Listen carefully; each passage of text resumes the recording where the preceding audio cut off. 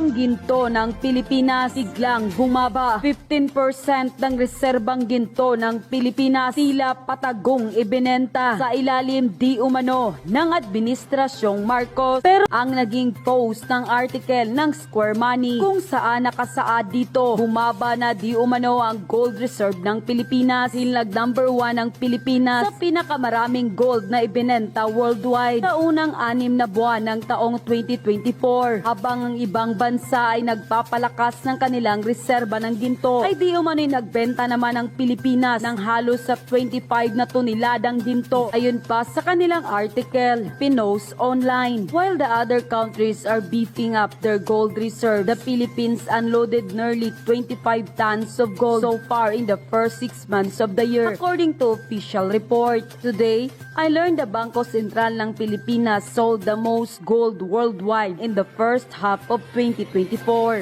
Unquote. Yun pa sa isang report, gold reserves in the Philippines decreased to 145.72 tons in the first quarter of 2024 from 159.05 tons in fourth quarter of 2023. Gold reserves in Philippines averaged 187.99 tons from 2000 until 2024, reaching an all-time high of 274.42 tons in the first quarter of 2003 and a record low of 126.89 tons in the third quarter of 2007. Unquote. Di rin napigilan ng sikat na political commentator na si Crisette Laureta Chu bigay ng kanyang komento patungkol dito. Ayon pa sa kanya, OMG, for the first half of 2024, the Philippines was found to have sold the most gold among all the reporting countries. The country sold nearly 25 tons between January to June, decreasing the country's reserve by 15.69% to just 134.06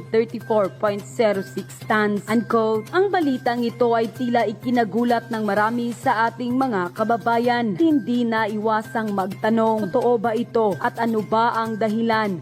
Bakit tila may patagong bintahan na nangyari sa ating gold reserves? Dahil alam naman natin ang kahalagahan nito. Dahil ang ginto ay tradisyonal na nakikita bilang isang bakod laban sa kawalang tatag ng ekonomiya. At ito daw ay isang mahalagang financial safety net na ginagamit ng mga bansa para i-secure ang kanilang sarili sa mga panahon ng pangdaigdigang kawalan ng katiyakan sa ekonomiya at pagbaba ng halaga ng pera o inflation. Kaya tanong nila, bakit pipiliin ng Pilipinas ang isang bansang nakikipagbuno na sa tumataas na inflation, pagtaas ng utang at tila panggigipit sa ekonomiya na ibenta ang ating reserbang ginto? Dahil ang pagbabawas ng reserbang ginto ay maaari daw humantong sa mga negatibong senyales sa mga international na pamumuhunan dahil ang ginto umano ay tinitignan bilang isang reserba ng huling paraan sa lakas ng pananalapi ng isang bansa at ang pag-liquidate di umano ng reserbang ito ay maaari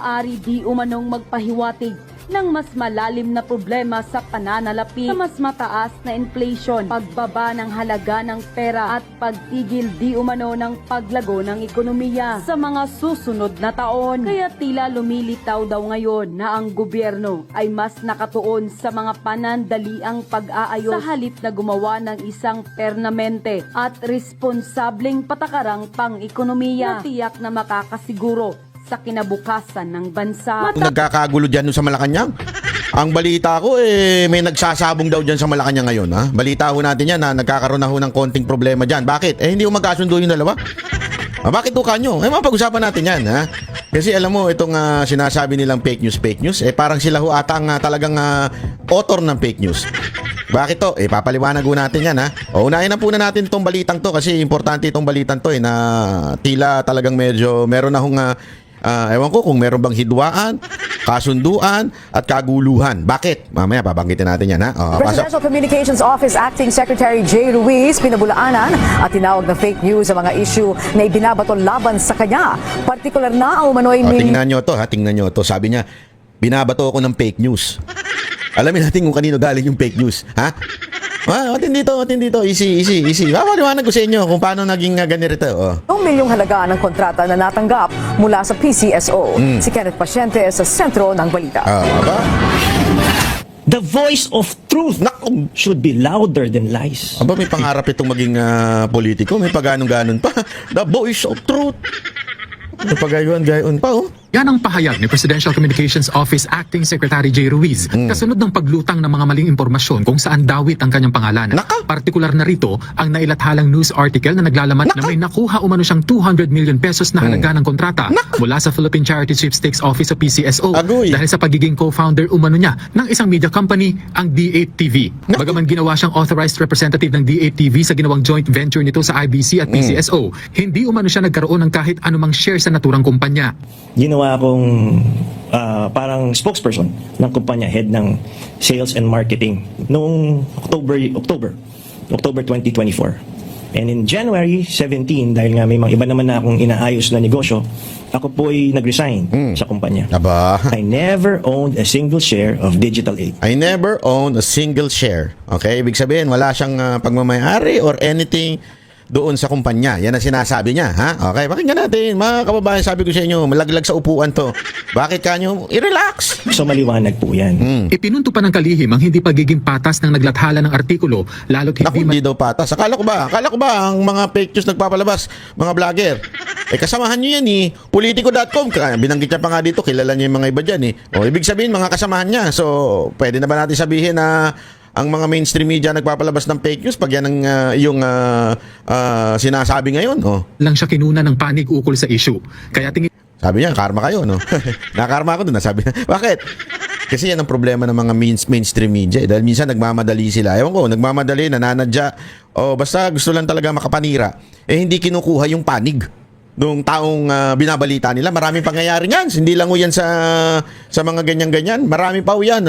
Kahit sa mga telebisyon, mga news, ang daming ganyan. Yung balita ng balita, hindi naman kinukuha yung panig mo. niya, ito ay isang maliwanag na demolition effort laban sa kanya. Lalo't ilang araw pa lamang siyang nagsisilbi bilang kalihim ng PCO. Grabe, importante, no?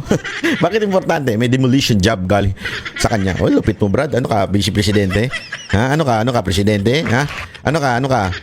May demolition job talaga sa'yo? Baka naman talagang ikaw demolish. Hindi, kasi alam mo mga kaibigan, sa tingin ko, tulad na sinabi namin sa Banateros, maraming dito maraming question sa pagka-appoint itong maman to. Kaya siguro naglalabasan yung baho nito. Hindi ko lang alam kung dahil may baho ba siya, o baka naman talagang ayaw sa kanya kasi hindi siya karapat-dapat. Hindi ko alam kung anong meron, pero tila mga nakakabangga niya ngayon ay mga kapwa niya mainstream media.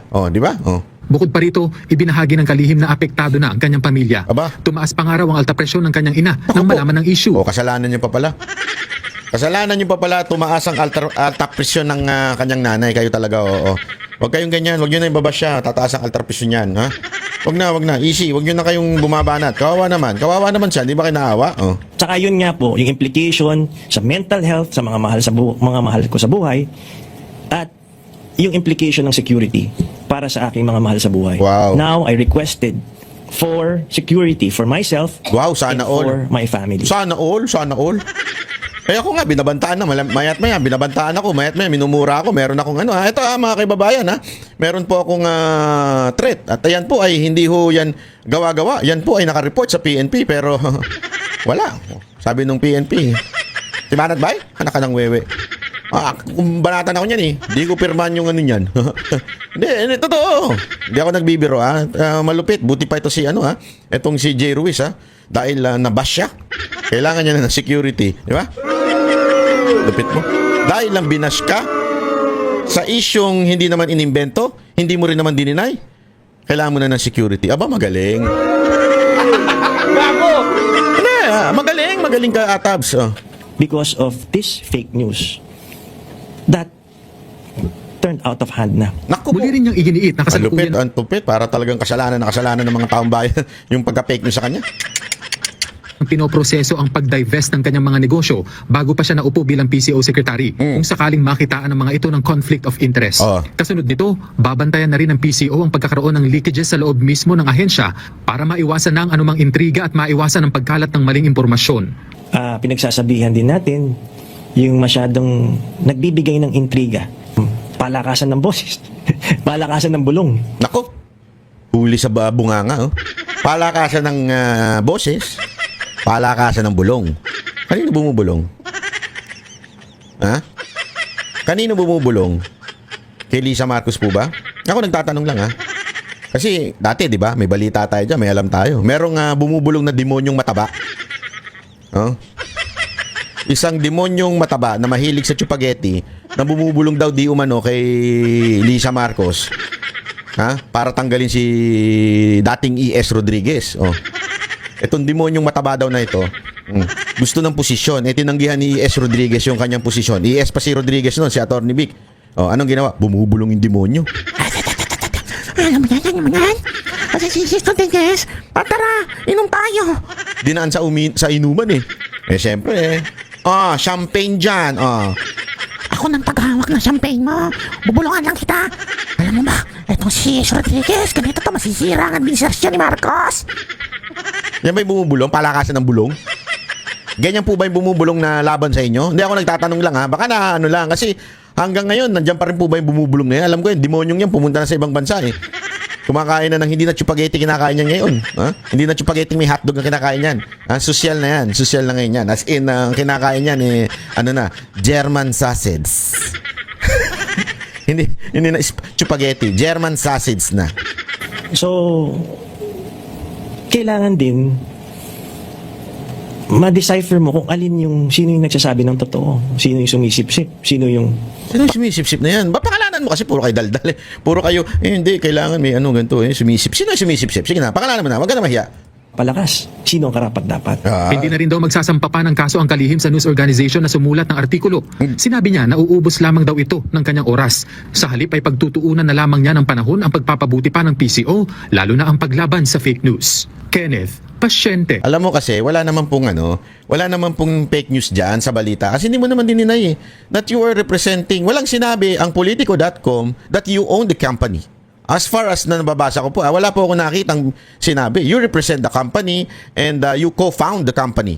I think that's the exact words of Politico.com na yung co-found company ay parang may project with PCSO na amounting to 200 plus. I think that was yung kanilang wordings.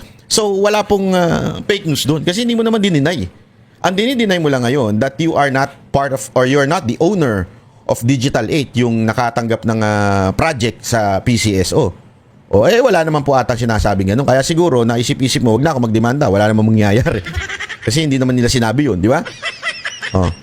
Tingnan pa ho natin, ha? Sino ba kasi nagsabi na meron kang shares o meron kang pera diyan sa loob ng kumpanya mo? Kumpanyang Digital 8. Sino ba nagsabi niyan? Alam mo, sabi mo, di ba, nagli-leak yung mga impormasyon. Minsan, sa totoo lang, hindi mo alam yung hudas nasa tabi mo na. Hindi, uso yan sa kumpanya. Hindi natin alam, baka inggit, di ba? May mga ganyan, yung kunwari, pinupuri-puri ka. Kasi, tandaan mo, itong katabi mo, na nagngangalang Atty. Claire Castro, iba ang sinasabi niya noon sa administrasyon ni Marcos. Medyo may pitik yan kay Marcos noon, di ba? Remember yung video niya about Gadon na bakit napakaraming advisor, sino ba, anong klaseng tao ba yung maraming advisor? Medyo di ba? May pitik po yan. May pitik po yung ali na yan kay Marcos noon. Tapos ngayon nandiyan sa tabi niyo todo-todo ang sip-sip. Di ba? Todo-todo ang sip-sip sa presidente. Hindi kaya nako,